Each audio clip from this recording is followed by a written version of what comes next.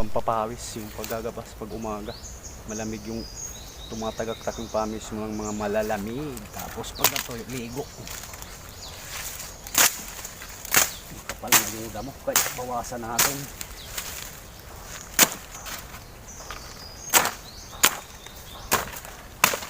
Ito naman panglinis ng kaldero. Ang wala Scotch Brite.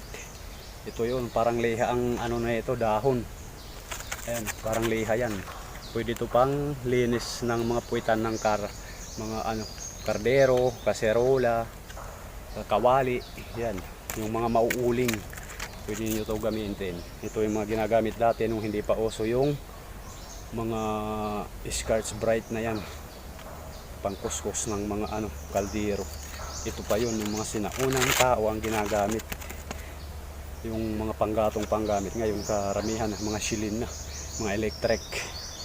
Kaya wala nang masyadong mga uling-uling yung mga kaldero. Pero ito nung mga sinaunang panahon, ito yun ginagamit. Parang lihat talaga to, pangkiskis. Iwan ko anong tawag nito. I-comment nyo na lang kung anong tawag nito dyan sa inyo. Yan. Pero maraming may nakakakilala sa inyo nito.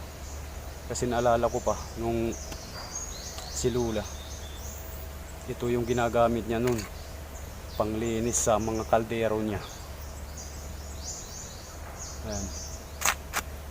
Talaga tanggal ang uling-uling nito. Dahil maano yung dahon nito, parang liha nga, parang liha yung matigas tapos magaspang. Maniwala kayo niyan, i-try nyo, i-kuskus sa mga kaldero nyo. Maghanap kayo dyan sa mga bakuran nyo, ganito. Makakatipid kayo kaysa magbili-bili ng Scotch Brite na yan. Ito dahon lang, i-kuskus nyo. Nalilinisan na yung mga kawali nyo, kaldero. Yan, para maniwala kayo, legit to, hindi to dahil nakita ko talaga to na ginagamit ni Lola noon. Ayan, try nyo na.